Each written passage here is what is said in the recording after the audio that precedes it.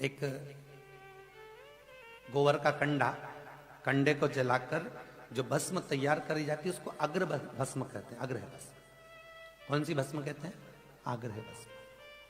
इस भस्म का बड़ा प्रमाण है जी है, बहुत ध्यान रखना। इस भस्म के जिस व्यक्ति को चर्म रोग हो जाता है, जिसकी चमड़ी सफेद पड़ जाती है, या चट्टे चट्टे शरीर पर पड़ जाते हैं, या दांत खाज हो जाता है, तो उसको गोबर का कंडा जलाकर अग्र भस्म तैयार करी जाती है और तैयार कर कर उसको शिवरात्रि को शंकर को समर्पित करी जाती है। उस भस्म को शिवलिंग पे से उतार कर लाया जाता है, पानी की बाल्टी में डालकर रात्रि को स्नान किया जाता है। 3 दिन 4 दिन के अंदर सफेद जो रोग हो जाता है, चमड़ी सफेद, वो धीरे धीरे अपने रंग में आना प्रारंभ हो जाती है। अग्र भस्म। एक भस्म और होती है जो शंकर को समर्पित होती है, जो जीवन बना देती है मनुष्य का। कौन सी भस्म? किसी यज्ञ हो रहा हो कहीं पर और उस यज्ञ में एक गोला डलता है, आपको मालूम होगा, जानते हो आप लोग? नारियल का गोटा, क्या बोलते? गोटा बोले, उधर गोला बोला, गोटा ही ना। तो नारियल का जो गोटा होता है, नारियल का जो गोला होता है, उसको ऊपर से काटकर उसमें शक्कर या पंजेरी भरकर या उसमें साकल्य डालकर उसका ढक्कन लगाकर उसको वस्त्र से बांधकर फिर पूर्ण आहुति में समर्पित किया जाता। पूर्ण आहुति में समर्पित कर।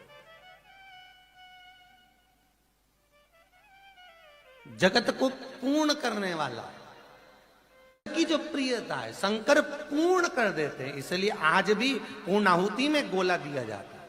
वो गोटा नारियल का, उसकी बड़ी महत्वता है महाराज। वो नारियल का गोला जब पूर्ण आहुति में दिया जाता है तो गोला जब जल जाता है पूरा राख हो जाता है। पूरी अग्नि जब ठंडी होती है, गोला शिवलिंग की तरह रखा रहता है। ठंडा होने पर वो गोले की जो भस्म होती है, वो भस्म महाराज, कितना भी व्यक्ति तकलीफ में चल रहा हो, कितना भी कष्ट में चल रहा हो, अगर वो भस्म शंकर को समर्पित कर दे प्रतिदिन थोड़ी थोड़ी, और उसी भस्म से तिलक कर कर मस्तक पर त्रिपुंड लगाकर वो अपने कार्य के लिए निकल जाए, जिंदगी में कभी फेल नहीं हो सकता, आगे ही बढ़ेगा, तकलीफ भोग ही नहीं सकता। उस भस्म का इतना नहीं। भस्म की हम तो कई बार कहते हैं बच्चों से, अगर आप एग्जाम देने बैठ रहे हो, कोई परीक्षा देने के लिए बैठ रहे हो, कोई नौकरी के लिए अप्लाई कर रहे हो, नहीं हो रहा, तो एक बार वो भस्म आप शिव को समर्पित करो और उसको लगाकर फिर जाओ मस्तक पर, हृदय पर थोड़ी सी लगाकर भस्म।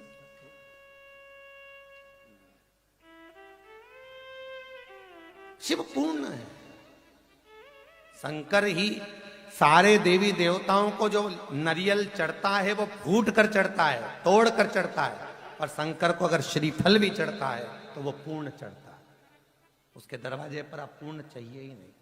शंकर को इतना सारा चावल चढ़ाने की जरूरत नहीं है।